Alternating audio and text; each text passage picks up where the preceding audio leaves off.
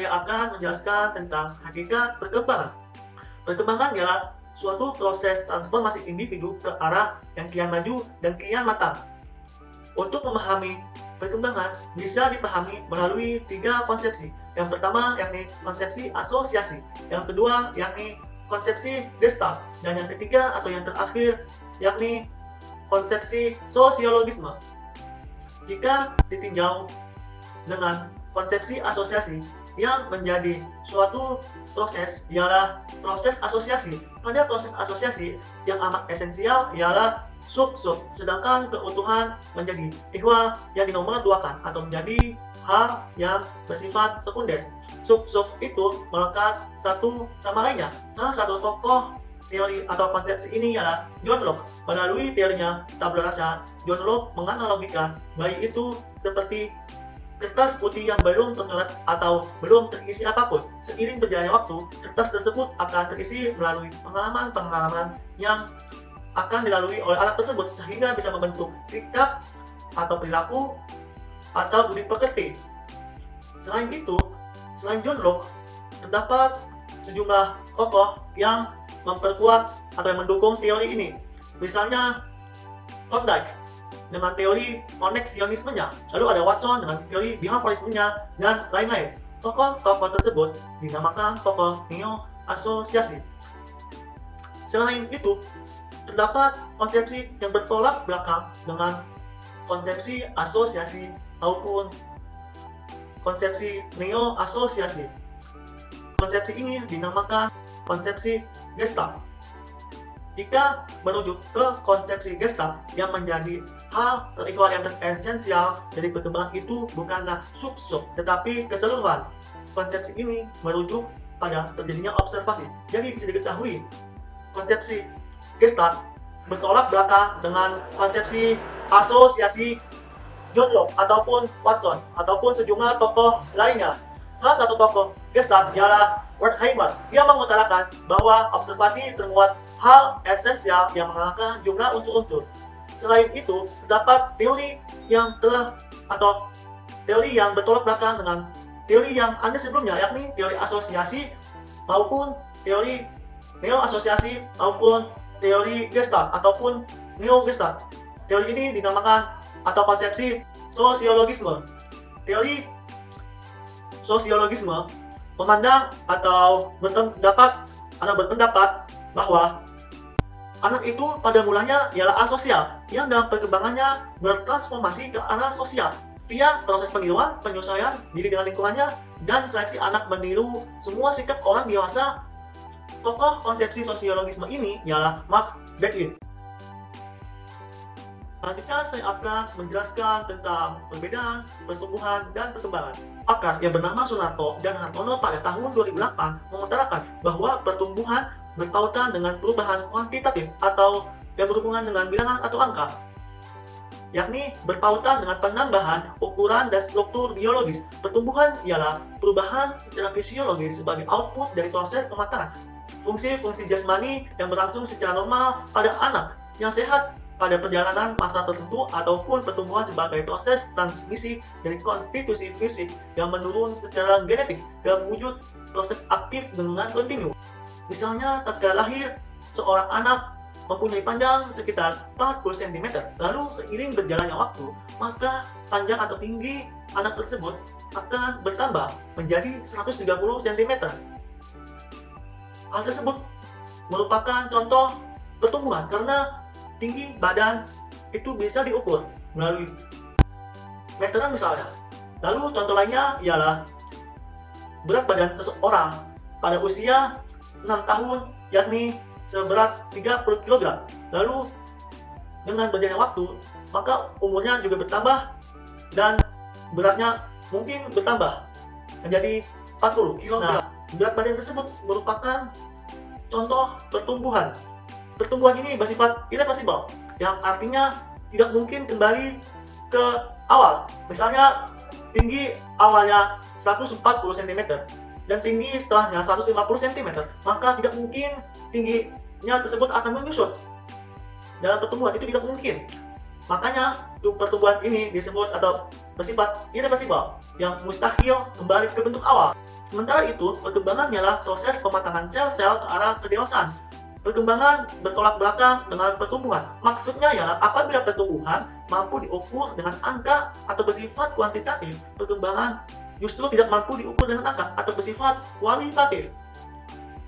Perkembangan pada individu misalnya, ya, tatkala bayi baru lahir belum mampu merangkap, kemudian setelah bisa merangkap maka dia akan belajar berjalan dengan bantuan individu lain. Tatkala kejadian itu, sel tubuh berkembang dari pertamanya, yakni belum mampu lalu bisa. Baik, saya akan melanjutkan pembahasan mengenai aspek-aspek perkembangan.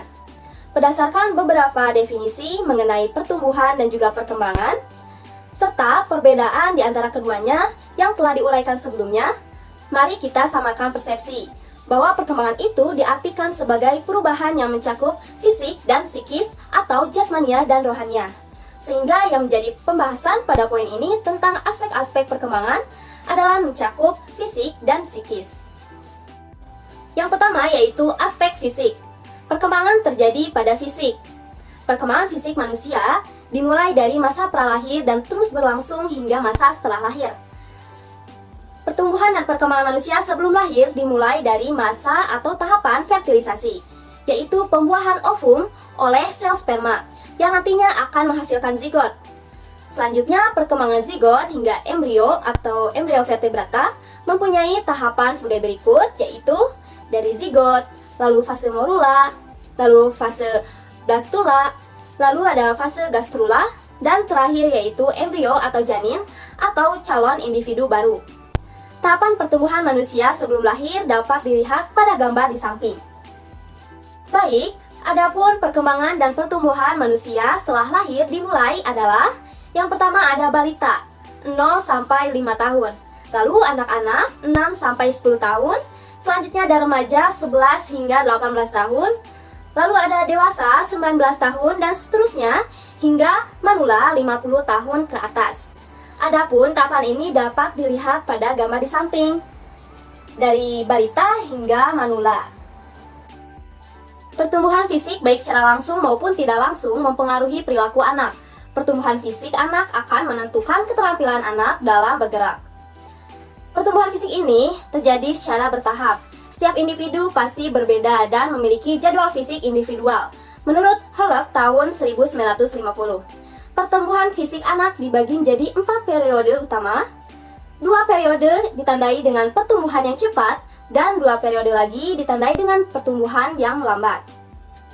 Secara lebih rinci, bahwa yang dimaksud dengan perkembangan fisik tidak hanya menyangkut tentang badan, tetapi menurut Hollock tahun 1950, perkembangan fisik manusia meliputi 4 aspek, yaitu bisa sambil dilihat dengan tabel yang ada di samping saya.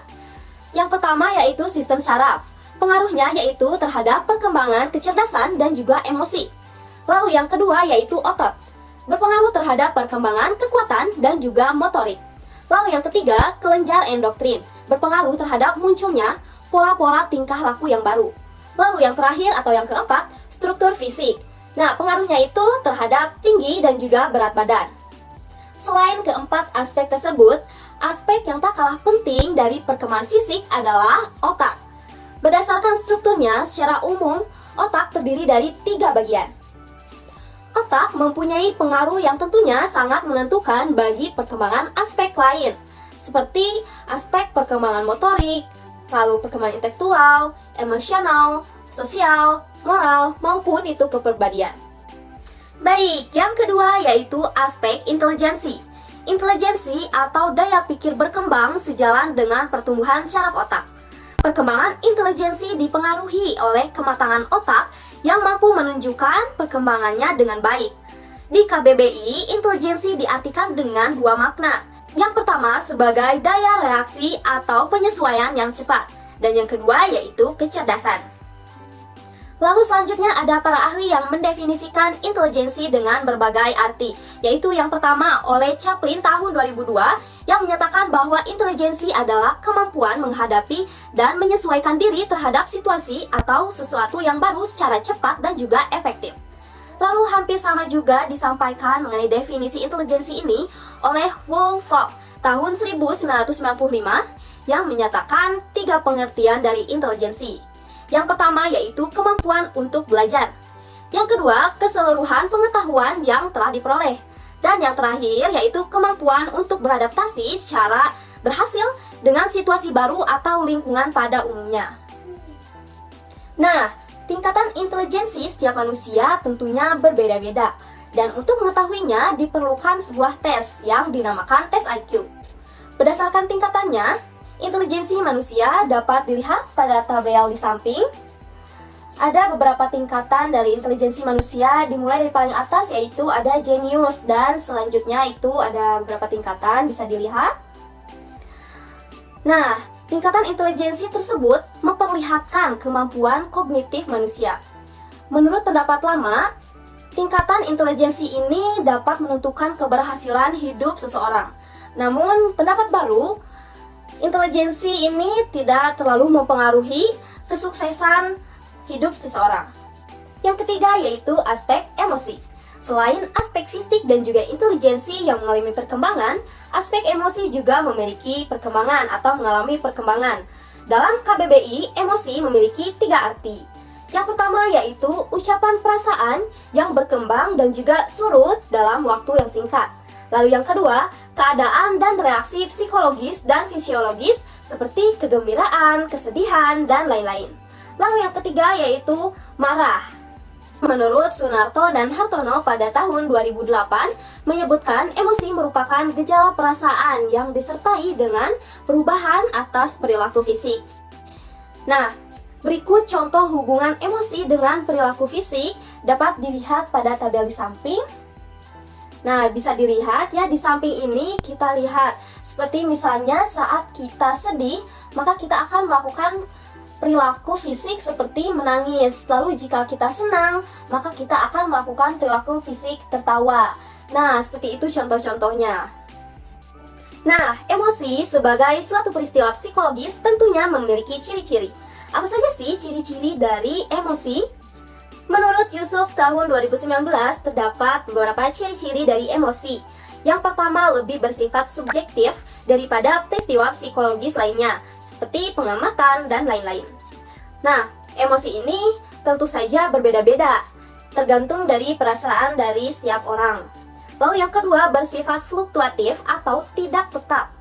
Jadi fluktuatif di sini seperti manusia itu terkadang merasa sedih, terkadang manusia merasa senang, dan lain-lain. Lalu yang ketiga, banyak bersangkut paut dengan pengenalan panca indera. Nah, seperti apa sih contohnya? Jadi misalnya seperti ketika seseorang sedang mendengarkan cerita yang sedih, maka orang tersebut akan ikut sedih. Nah, untuk mengidentifikasi emosi seseorang, kita dapat melihatnya dari jenis atau ragamnya.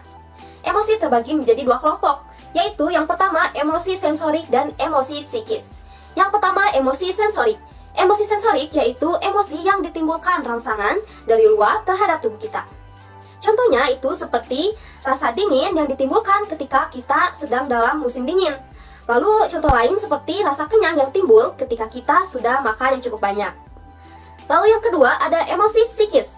Emosi psikis yaitu emosi yang mempunyai alasan-alasan kejiwaan. Nah, yang termasuk ke dalam emosi psikis ini terdapat 5 macam, yaitu perasaan intelektual, perasaan sosial, perasaan susila, perasaan estetis, dan juga perasaan ketuhanan. Yang keempat yaitu aspek sosial. Aspek lain yang berkembang dari individu adalah aspek sosial. Perkembangan sosial merupakan pencapaian kematangan dalam sosial. Atau bisa juga proses belajar untuk menyesuaikan diri terhadap norma-norma kelompok, moral, dan tradisi, meleburkan diri menjadi suatu kesatuan dan saling berkomunikasi dan juga bekerja sama satu sama lain. Perkembangan sosial anak sangat dipengaruhi oleh perlakuan orang tuanya terhadap anak dalam mengenalkan anak ke lingkungan sosial dan norma-norma sosial. Saat bayi lahir, orang yang pertama kali dikenal oleh anak yaitu ibunya tentunya. Lalu seiring berjalannya waktu, nanti anak akan mengenal ayahnya, lalu mungkin kakaknya, kakek, nenek, babysitter, dan orang yang lainnya. Nah, inilah yang disebut dengan sosialisasi. Lingkungan yang pertama dikenal oleh anak tentunya adalah lingkungan keluarga. Namun seiring perkembangan usia, orang tua harus mengenalkan anak ke lingkungan di luar keluarga. Keluarga sangat penting ya tentunya terhadap sosialisasi anak. Menurut Ahmad di tahun 2004, ia menyatakan ada 3 tujuan dari sosialisasi dalam keluarga. Yang pertama yaitu mengajarkan penguasaan diri. Lalu yang kedua, mengajarkan nilai-nilai. Dan yang ketiga yaitu mengajarkan peranan-peranan sosial.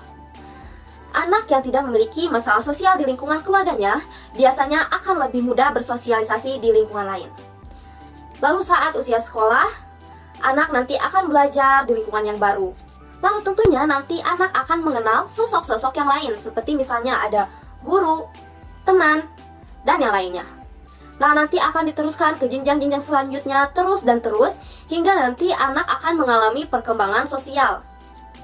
Lalu tentu sangat penting untuk membawa anak untuk bersosialisasi di lingkungan yang positif, karena hal tersebut akan sangat berpengaruh terhadap anak tersebut.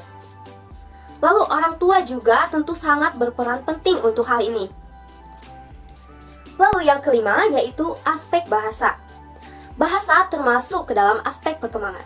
Seperti yang kita ketahui, bayi ketika lahir belum bisa berkata-kata. Bahasa universal bayi yaitu menangis. Menangis menjadi alat komunikasi bagi bayi. Misalnya ketika bayi lapar, ketika bayi mengantuk, dan lain-lain, maka bayi akan mengkomunikasikannya dengan menangis, karena memang itulah alat komunikasinya. Namun sering berjalannya waktu, seiring bertambahnya usia, bayi yang awalnya belum bisa berbicara, lalu selanjutnya bisa berbicara namun belum jelas, dan hingga akhirnya bisa berbicara, mengucapkan kata-kata, kalimat dengan jelas. Anak kebanyakan mengenal kata-kata itu melalui indera pendengarannya. Maka perdengarkanlah kata-kata yang baik kepada anak, karena anak akan menirunya. Jadi jika orang tua atau babysitter dan orang-orang di sekitarnya itu sering mengucapkan kalimat-kalimat thayyibah, kata-kata thayyibah atau kata-kata yang baik, seperti misalnya Alhamdulillah, Astagfirullah, Allahu Akbar.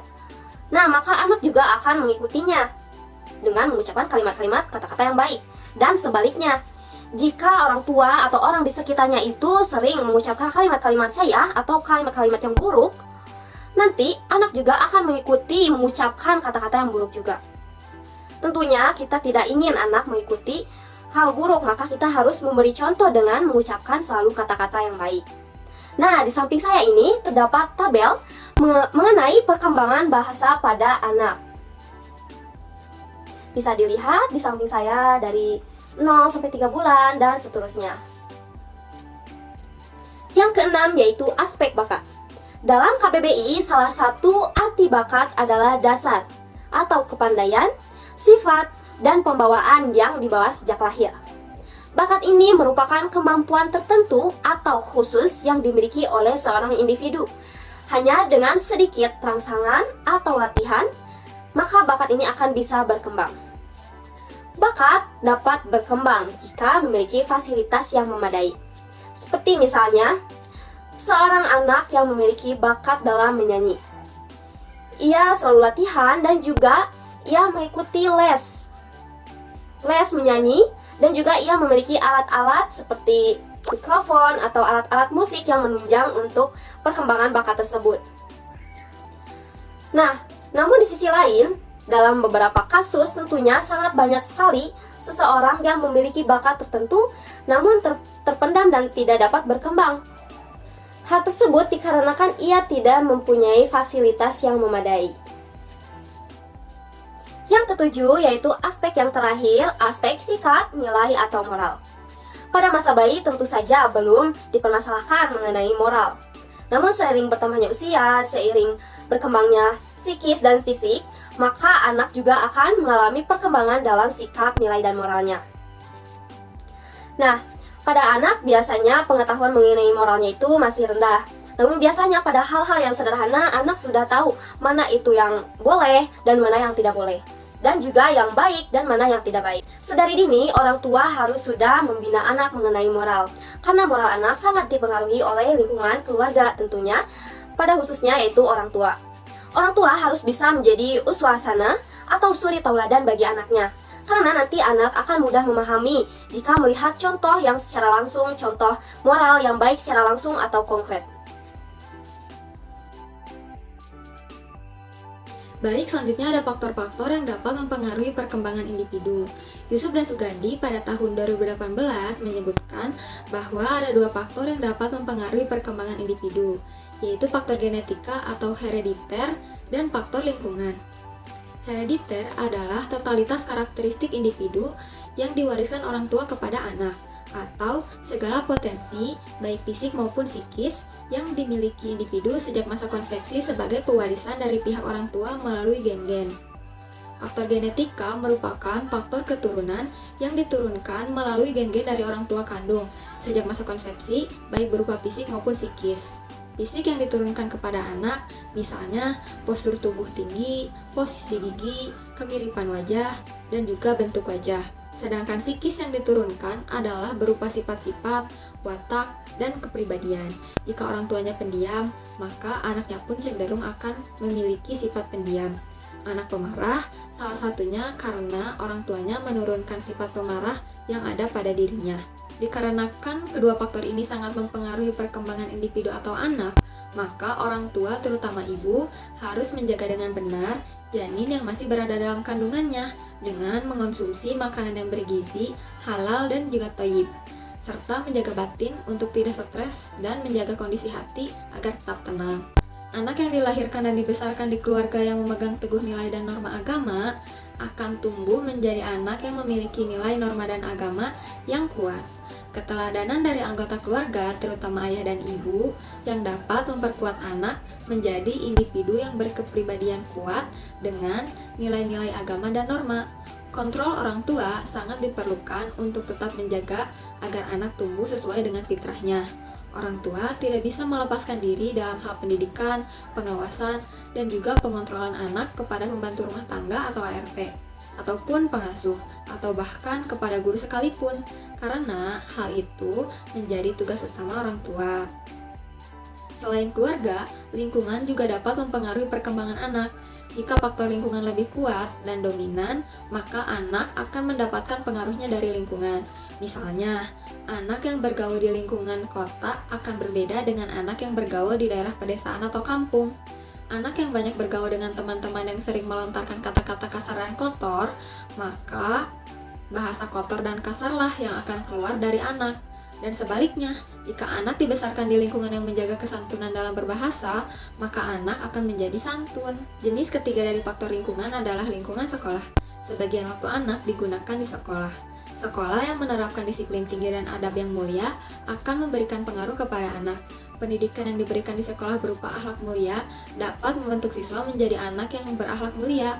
Dalam hal ini, guru sangat memegang peranan penting. Guru harus menampilkan tokoh yang patut diteladani. Jika di rumah sosok yang diteladaninya adalah orang tua, maka di sekolah seharusnya tokoh yang diteladaninya adalah guru. Untuk memberikan pengaruh yang positif terhadap perkembangan anak, maka guru harus mampu menempatkan diri sebagai sosok yang patut digugu dan juga ditiru. Yang selanjutnya adalah prinsip-prinsip perkembangan. Menurut Yusuf dan Sugandi, pada tahun 2018 ada 6 prinsip perkembangan, yaitu yang pertama, perkembangan merupakan proses yang tidak pernah berhenti. Perkembangan pada diri individu terus berlanjut mulai dari masa konsepsi sampai masa tua nanti.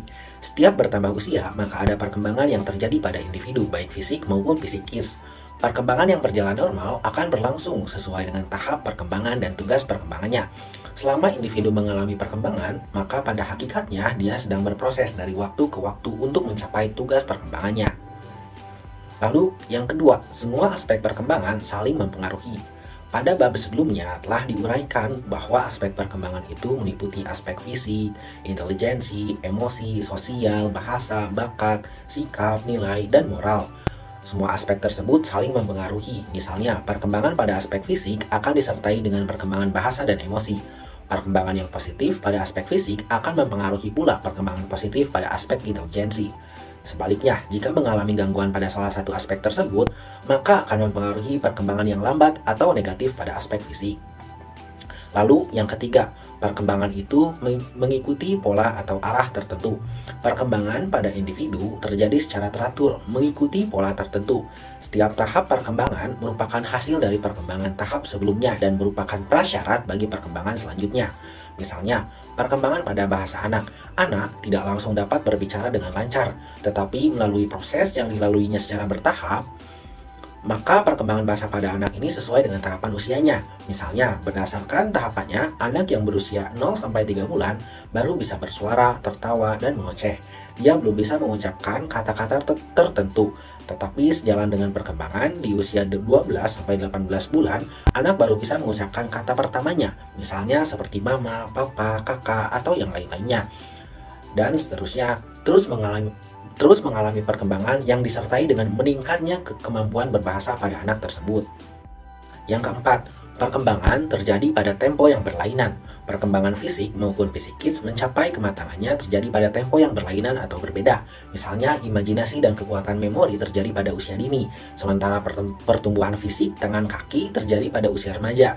Demikian pula ukuran otak mencapai ukuran sempurna pada usia 6-8 tahun. Hal ini memperlihatkan bahwa perkembangan dari setiap aspek terjadi pada tempo yang berlainan. Yang kelima, setiap fase perkembangan mempunyai ciri khas.